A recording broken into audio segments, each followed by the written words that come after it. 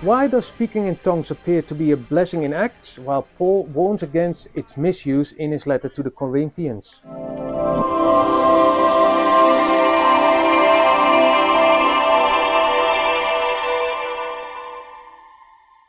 In the first video we looked at the first letter to the Corinthians, chapter 14, where Paul emphasizes that speaking in tongues without interpretation can even function as a sign of distance for the unbelievers. But in Acts 2 and in the early church, speaking in tongues seems to be the height of God's power and a sign of blessing. So how do we explain that?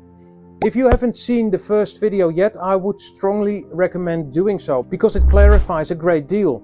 In this video we will look together at what the difference is and why does the same phenomenon appear positive in one chapter and critical in another. We will read the text together like we did in the last video and then compare them. Pay close attention to how the context and the purpose of speaking in tongues differ.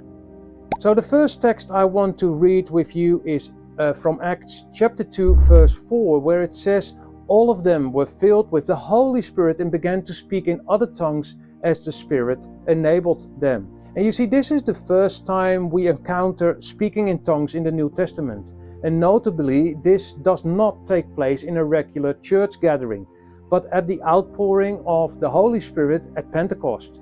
The purpose is absolutely clear. The message of Jesus must be heard worldwide. Let's go to Acts chapter 2, verse 5 and 6. "Now there were staying in Jerusalem God-fearing Jews from every nation under heaven. When they heard this sound, a crowd came together in bewilderment, because each one heard their own language being spoken."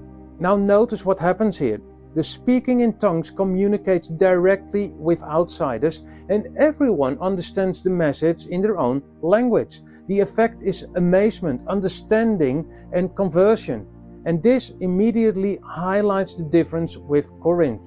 In Acts, speaking in tongues leads to openness and faith and not to confusion.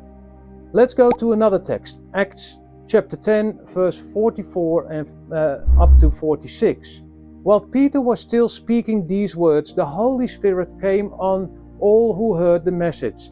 The circumcised believers who had come with Peter were astonished that the gift of the Holy Spirit had been poured out even on Gentiles, for they heard them speaking in tongues and praising God." So here again we see that speaking in tongues functions as a sign for unbelievers, in this case Gentiles, those who did not belong to Israel. But the effect is positive. It opens their heart and confirms God's presence. This clearly contrasts with Corinth, where speaking in tongues without interpretation caused confusion. Now let's compare Acts with the letter to the Corinthians. In Acts it involves the outpouring of the Spirit, whereas Corinth involves a regular church gathering. What is the effect on the outsiders? In Acts it leads to amazement, to faith and worship, while in Corinth it leads to confusion or even rejection. And the purpose? In Acts it seems to serve God's plan to spread the gospel, whereas in Corinth it focuses on the building up of the church and the recognition of God's presence. As we saw in the first video, the same phenomenon, speaking in tongues, is evaluated differently depending on the context, purpose and interpretation. Do you remember what Paul said in 1 Corinthians chapter 14?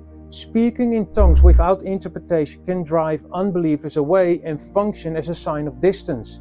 In Acts, however, speaking in tongues is clearly understandable to the hearers, or it is immediately directed back to God, making it a sign of reconciliation and power. As we saw in 1 Corinthians chapter 14 verse 22 till 23, speaking in tongues can have either a positive or a negative effect, depending on the context and whether it is clearly explained. Speaking in tongues is not automatically a sign of blessing. It can be either positive or problematic. So what do we do with it today? Well, very simple. Use spiritual gifts in a way that builds up the church. ensure that outsiders can follow the message. Speaking in tongues is beneficial when it is understandable and interpreted. Prophecy and clear communication are essential for effective witness. Context and purpose are decisive. A gift is good when it makes God's work visible, but problematic when it creates confusion. As Paul emphasizes, everything must be done by the building up of the church and for the glory of God. Otherwise, the gift just loses its power. So speaking in tongues in Acts shows what the gift can be when God's purpose is clear. Hearts are touched, faith is awakened, and worship is stirred. In Corinth, we see how the same phenomenon without interpretation and context can have an opposite effect. The lesson is clear. Context, explanation, and edification are crucial. Speaking in tongues remains a gift, but the goal is always to make God's presence visible and understandable.